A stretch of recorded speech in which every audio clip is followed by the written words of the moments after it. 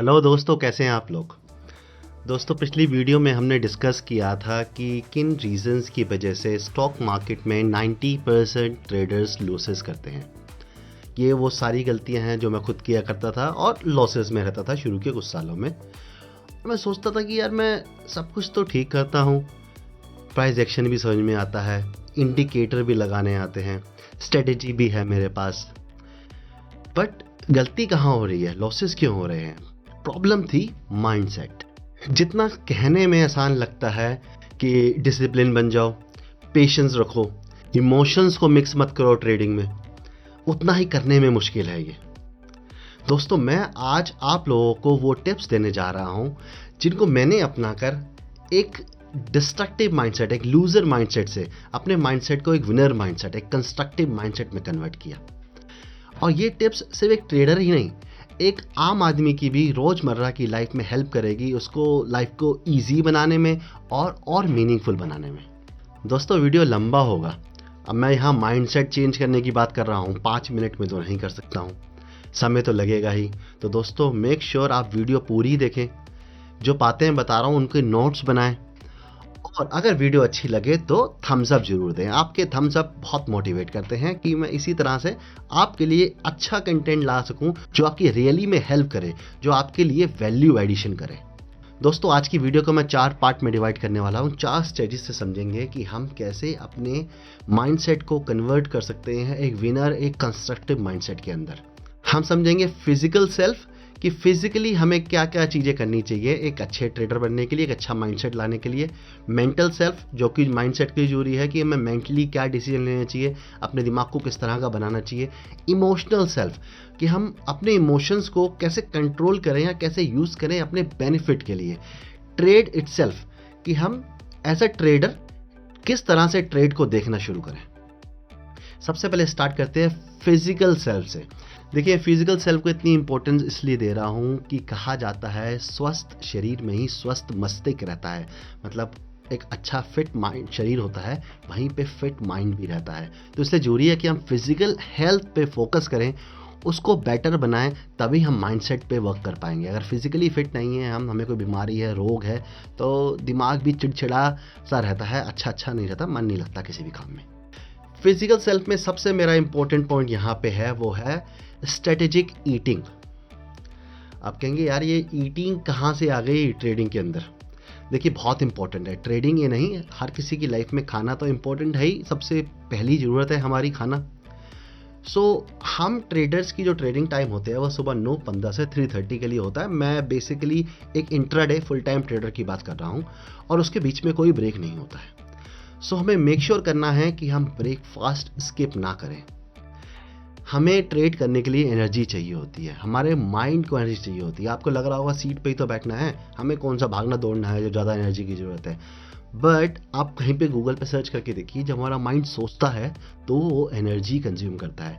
Mind सोचने के साथ साथ ट्रेडिंग के टाइम पे, ट्रेडिंग के दौरान पे हमारी हार्ट बीट भी बहुत ज़्यादा ऊपर नीचे होती है, वो भी बहुत ज़्यादा एनर्जी कंज्यूम करती है। अगर हम ब्रेकफास्ट स्किप कर देंगे तो हम 3:30 तक टिक नहीं पाएंगे। टू बी ऑनेस्ट, इतनी एनर्जी नहीं रहेगी माइंड की कि वो अच्छा डिसीजन ले सके। दूसरा तरीका कुछ लोग अपनाते हैं कि ट्रेडिंग करते करते खाना खाते हैं, ब्रेकफास्ट करते हैं। देखिए, छोटे मोटे नट्स पीनट्स खाना कोई दिक्कत नहीं है, कर सकते हैं, लेकिन प्रॉपर ब्रेकफास्ट जो हमारा इंडियन ब्रेकफास्ट होता है वो ट्रेडिंग के दौरान करना सही नहीं होता। देखिए, जब हम खाना खाते हैं ना, खाना हमारे पेट में जाता है और हमारे बॉडी का जो नेचुरल सिस्टम है उसकी पहला काम ये होता है उस खाने को पचाना।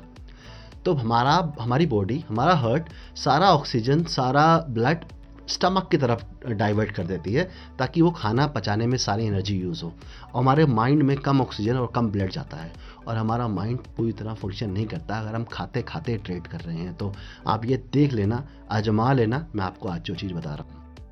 मेक श्योर आप पहले ब्रेकफास्ट करें। ट्रेडिंग कोई बात नहीं, लेट हो गया ना, थोड़ा लेट ट्रेडिंग शुरू कर दीजिए। मार्केट कहीं भाग तो रहा नहीं है, मूवमेंट पता नहीं कब आएगा मार्केट में। सुबह 9 बजे भी आता है, 9:15 पे, सुबह 9:15 पे भी आता है, कई बार 12 बजे आता है, कई बार दोपहर में 3 बजे आता है। पूरा दिन कुछ नहीं होता, 3 बजे एकदम से स्पाइक आता है, तो हमें नहीं पता कब मोमेंट आएगा। सो मेक श्योर ब्रेकफास्ट को स्किप ना करें, और ब्रेकफास्ट भी जंक ब्रेकफास्ट ना करें, बर्गर और शुगरी ब्रेकफास्ट स्पेशली ना करें। एक्चुअली शुगर्स क्या होती हैं, वो आपकी एनर्जी एकदम से स्पाइक करती हैं और फिर ख़त्म कर देती हैं, पूरा दिन एनर्जी चलती नहीं है। तो कॉम्प्लेक्स कार्ब यूज़ करें। कॉम्प्लेक्स कार्ब जैसे हम अनाज खाते हैं, हमारी नॉर्मल रोटी, पराठे या फिर इडली वगैरह जो भी हम खाते हैं, ये हमें through out the day energy देता रहता है, धीरे धीरे डाइजेस्ट होता है, तो थ्रू आउट द डे हमें एनर्जी मिलती रहती है। 3:30 तक सर्वाइव करना है हमें। अगर आप नॉन वेजिटेरियन हैं तो एग्स बहुत अच्छा ब्रेकफास्ट है, फुलफिलिंग होता है, पेट को फिल रखता है, हमारा ध्यान नहीं भटकता खाने के लिए यहाँ वहाँ। दूसरा, पूरा दिन कांस्टेंट एनर्जी प्रोवाइड करता है, और भी बहुत सारे फ़ायदे हैं, आप पढ़ सकते हैं या जानते भी होंगे। सो ईटिंग ब्रेकफास्ट कभी स्किप ना करें, और कॉम्प्लेक्स कार्ब्स या एग्स का यूज़ करें ब्रेकफास्ट में। सेकंड पॉइंट आता है स्लीपिंग। देखिए, स्लीपिंग बहुत इंपॉर्टेंट है रिकवरी के लिए।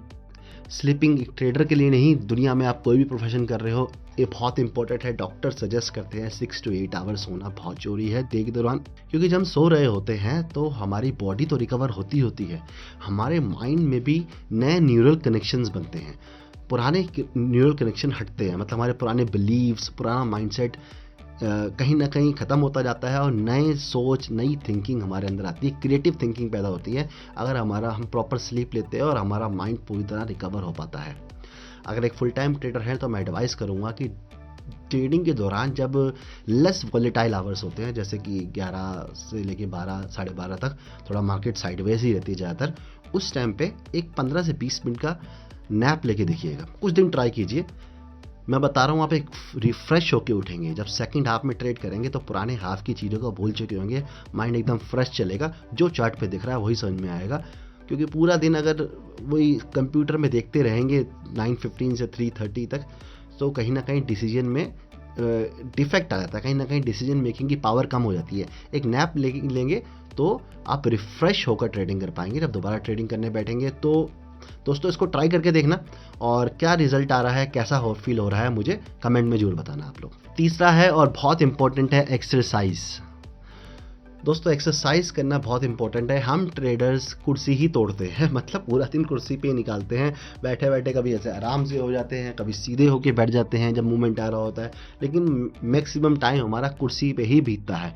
तो इम्पोर्टेंट है कि हम एक्सरसाइज करें अपने शरीर को फिट रखने के लिए, वरना ओबेस हो जाएंगे, मतलब मोटे हो जाएंगे। देखिए, वही बात है, फिट नहीं रहेंगे तो माइंड कभी फिट नहीं हो पाएगा, माइंडसेट कभी स्ट्रॉन्ग नहीं हो पाएगा। सो मेक श्योर एक्सरसाइज करें, और एक्सरसाइज भी आप अगर मॉर्निंग में करें ट्रेडिंग से पहले तो बहुत अच्छा है, क्योंकि जब हम एक्सरसाइज करते हैं, जो भी करें 15 मिनट, 20 मिनट, 25 मिनट, 30 मिनट, 1 घंटा, उस एक्सरसाइज के दौरान हमारा फोकस, हमारी ब्रीदिंग इंप्रूव होती है, हम ब्रीथ करते हैं और हमारा फोकस शरीर पे रहता है, मसल्स पे रहता है, ब्रीदिंग पे रहता है।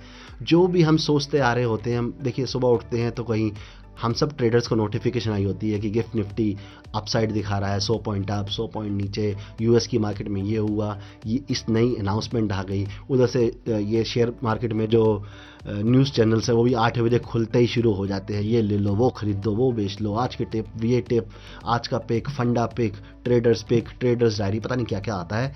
और ये सब देखकर माइंड हमारा कंफ्यूज हो जाता है, हम फ्रेश माइंड से ट्रेड नहीं कर पाते। बट अगर हम ट्रेडिंग से पहले एक्सरसाइज करके फिर ट्रेडिंग करने बैठते हैं तो उस 30-40 मिनट्स हमारा फोकस ब्रीदिंग पे होता है, माइंड रिलैक्स रहता है, और जब हम ट्रेडिंग करते हैं तो बिल्कुल फ्रेश माइंड से स्टार्ट होती है।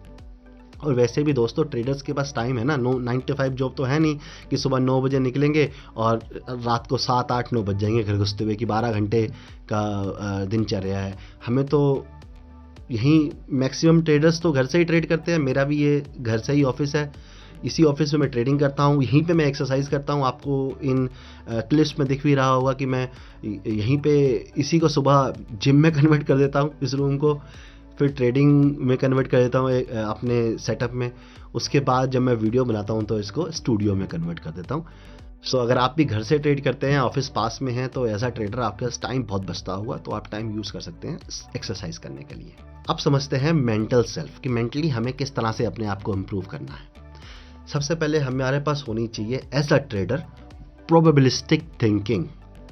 देखिए, ट्रेडिंग एक प्रोबेबिलिटी का ही गेम है, कुछ नहीं पता मार्केट में क्या होगा, सिर्फ हम प्रोबेबिलिटी देखते हैं कि हाँ मार्केट अगर 4-5 दिन से लगातार बढ़ रहा है तो प्रोबेबिलिटी है कि कहीं ना कहीं प्रॉफिट बुकिंग आएगी। अगर मार्केट 4-5 दिन से गिर रहा है तो कहीं ना कहीं एक बाउंस बैक आने की प्रोबेबिलिटी है। अगर मार्केट ने रेंज पार करी है, ब्रेकआउट या ब्रेकडाउन किया है, तो यहाँ पे बड़ी मूवमेंट हो सकती है। ये सब प्रोबेबिलिटी होती है और हमें इसी प्रोबेबिलिटी के हिसाब से सोचना चाहिए, प्रोबेबिलिस्टिक माइंडसेट रखना चाहिए कि मेरी ट्रेड चलने की कितनी प्रोबेबिलिटी है। 100% मार्केट में कुछ नहीं होता है, सारा प्रोबेबिलिटी का गेम होता है। 50-50 चांस होता है हर चीज़ का, आपकी ट्रेड चलने का और फेल होने का। उसके बाद आती है क्रिटिकल थिंकिंग। क्रिटिकल थिंकिंग मतलब आपका सवाल पूछना। जब आप ट्रेड में घुस रहे हैं तो आपको सवाल पूछना चाहिए अपने आप से, क्या मैं ये ट्रेड सही ले रहा हूँ? मैं ये ट्रेड क्यों ले रहा हूँ? मेरा पीछे का रीज़न क्या है? अच्छा, मैं स्टॉप लॉस कहाँ पे रखूँगा? टारगेट क्या बनेगा मेरा? क्या मुझे इनफ टारगेट मिलेगा? क्या मेरा स्टॉप लॉस का दुगना या तिगना टारगेट मुझे यहाँ इस ट्रेड में मिल सकता है? इस तरह से क्रिटिकल थिंकिंग को अपनाना चाहिए आप लोगों को। नेक्स्ट पॉइंट है क्रिएटिविटी। आपको क्रिएटिव होना पड़ेगा। ट्रेडिंग एक आर्ट है। लोगों को लगता होगा कि नंबर्स और मैथमेटिकल और इस तरह की चीज़ें, फाइनेंशियल चीज़ें जहाँ चलती हैं, आर्ट तो अलग चीज़ होती है, बट ट्रेडिंग एक्चुअली में एक आर्ट है, एक कला है। हमें अपनी स्ट्रेटजी खुद बनानी चाहिए, इंस्टेड कि हम दूसरों की दी गई स्ट्रेटजी के पीछे भागें। सारी स्ट्रेटजीज़ की इतनी सारी बुक्स होती हैं, इतने सारे यूट्यूबर बैठे हैं स्ट्रेटजी दे रहे होते हैं। मैं कितनी सारी स्ट्रेटजीज़ की वीडियो बना चुका हूँ बैक टेस्ट के साथ। आपको अपनी स्ट्रेटजी खुद बनानी है। दूसरों की स्ट्रेटजी की हेल्प ले सकते हैं, लेकिन आपको बैक टेस्ट कर कर, फ्रंट टेस्ट कर कर उसमें क्रिएटिव होना है, उसमें कमियां दूर करनी है और अच्छाइयाँ ऐड करनी है। आपको एक ऐसा एज मिल सके जो आपको एक्चुअली में प्रॉफिट बना के दे। नेक्स्ट है लर्निंग। देखिए दोस्तों, स्टॉक मार्केट ना एक कंटिन्यूसली चेंजिंग एनवायरनमेंट में चलती है। यहाँ पे हमेशा प्राइस चेंज हो रहा है, रीजंस चेंज हो रहे हैं, कंपनीज आ जा रही हैं, कोई बढ़ रही है, कोई घट रही है, नए आईपीओज आ रहे हैं। सो ये फॉरएवर चेंजिंग मार्केट होती है। यहाँ पर जो चीज़ें आज से 10, 15, 20 साल पहले चलती थी आज नहीं चलती है, और जो आज चल रही हैं वो आगे चलें इसकी कोई गारंटी नहीं है। सो हमेशा लर्निंग पे फोकस कीजिए, हमेशा सीखते रहिए। ये आपकी क्रिएटिविटी का हिस्सा है। जितना आप सीखते रहेंगे, अपनी स्ट्रेटजी को, अपने सेटअप को इम्प्रूव करते रहेंगे, और जितना अपने सेटअप को इम्प्रूव करते रहेंगे, आपका मार्केट में एज हमेशा बना रहेगा। मार्केट में पैसा कमाने के लिए एक एज की बहुत ज़्यादा ज़रूरत होती है, वरना तो सभी बाय सेल कर रहे हैं, आप में वो बाकी लोगों में क्या डिफरेंस रह जाएगा। अब समझते हैं इमोशनल सेल्फ को। Emotions, love, hate, anger, greed, fear. Stock market में सबसे ज़्यादा सुनते हैं हम ग्रीड एंड फियर के बारे में। तो देखिए दोस्तों, इमोशंस होने ही होने हैं। इमोशंस ख़त्म नहीं हो सकते। लोग कहते हैं इमोशनलेस हो जाइए, कंप्यूटर की तरह ट्रेडिंग करिए। ऐसा नहीं हो सकता। We are human and emotions makes are human. क्या डिफरेंस है एनिमल्स में या मशीन्स में आज के टाइम में, एआई वगैरह में? जो हम कर सकते हैं वो सब कुछ वो कर सकते हैं, लेकिन इमोशंस हमें ह्यूमन बनाते हैं। सो इमोशंस को कंट्रोल करने की बजाय हम इमोशंस को यूज़ करें हमारी हेल्प में, ट्रेडिंग में हमारी हेल्प करने के लिए। आइए समझते हैं कैसे। विजुअलाइजेशन। हमें विजुअलाइज करना चाहिए कि हम किस तरह की ट्रेड लेंगे। हमें अपने माइंड में पहले ही सोच लेना चाहिए कि यहाँ से यहाँ तक मार्केट जा सकती है, इस स्पीड से जा सकती है या स्लो जा सकती है, यहाँ मैं अपना टारगेट रखूँगा, यहाँ पे अपना स्टॉप लॉस रखूँगा, तब ट्रेड में एंटर करना चाहिए। आपको विजुलाइज करना बहुत ज़रूरी है। दूसरा, विजुलाइज कैसे कर सकते हैं? आप किसी ट्रेडर को फॉलो करते हैं, कोई आपका आइडल है, तो विजुलाइज करिए कि आप उसकी तरह कैसे सोच रहे हैं, उसकी तरह कैसे ट्रेडिंग कर रहे हैं। अपने आप को जब विजुलाइज करेंगे तो आप धीरे धीरे एफर्ट करने लगेंगे उसी दिशा में जिस तरह से विजुलाइज करेंगे। सो विजुलाइजेशन अच्छी है, बहुत हेल्प करती है ट्रेडिंग करने के लिए। मैं तो सुबह आंख बंद कर जो प्री ओपन होता है ना 9-7 पे, 9-7 से 9-14 तक मैं अपना अलार्म लगा लेता हूँ कि 9-14 पे मेरा अलार्म बज जाएगा। मैं आंख बंद करके विजुलाइज करता हूँ कि आज मार्केट कैसा मूव कर सकती है, और अगर वैसा ही मूव कर रही है सो मैं फिर देरी नहीं करता ट्रेड में एंट्री करने के लिए। Burning desire. दोस्तों, ट्रेडिंग एक टफ प्रोफेशन है। दूसरे प्रोफेशन की तरह नहीं है कि यहाँ पर आपको परफॉर्म नहीं करेंगे तब भी चलेगा। मतलब ज़्यादा से ज़्यादा क्या होगा, इंसेंटिव नहीं मिलेगा, सैलरी तो मिलेगी। चलो सैलरी भी नहीं मिलेगी कई बार, एक बार को तो अकाउंट से कोई पैसे तो नहीं काटेगा ना, आपके माइनस में तो ही जाएगा अकाउंट। बट ट्रेडिंग में प्रॉब्लम ये है कि आप परफॉर्म नहीं करेंगे तो पैसा खोते जाएंगे, मतलब आप माइनस में जाते जाएंगे। So it's a very tough profession. अगर आप में बर्निंग डिज़ायर नहीं है एक ट्रेडर बनने की तो छोड़ दीजिए, मत कीजिए ट्रेडिंग, इन्वेस्टिंग कर लीजिए, पैसा बन ही जाएगा। कोई डाउट नहीं है इसके अंदर। लेकिन अगर ट्रेडर बनना है तो बर्निंग डिज़ायर होना चाहिए, आपके पास रोज़ रीज़न होना चाहिए कि आप आज ट्रेडिंग क्यों कर रहे हैं। हाँ, मनी एक रीज़न है, सबका कॉमन रीज़न है, मेरा भी रीज़न है पैसा कमाना, बट उसके अलावा भी रीज़न्स होने चाहिए। वो रीज़न्स क्या होते हैं मैंने पीछे वीडियोस में डिस्कस करे हैं, आप वो वीडियो जाकर देख सकते हैं। बट आप अपना रीज़न्स खुद ढूंढिए कि आपको ट्रेडर क्यों बनना है। और भी तो जगह पैसे बनते हैं, ट्रेडिंग ही क्या, और भी तो कई जरिए पैसे कमाने के, ट्रेडिंग ही क्यों करनी है। नेक्स्ट पॉइंट है डिटैचमेंट। देखिए दोस्तों, ये पॉइंट मैंने गीता से लिया है। मैं गीता पढ़ता हूँ, आप पीछे मेरी यहाँ पे देखेंगे बुक शेल्फ में तो भगवद गीता रखी हुई है, कुरान भी रखी हुई है।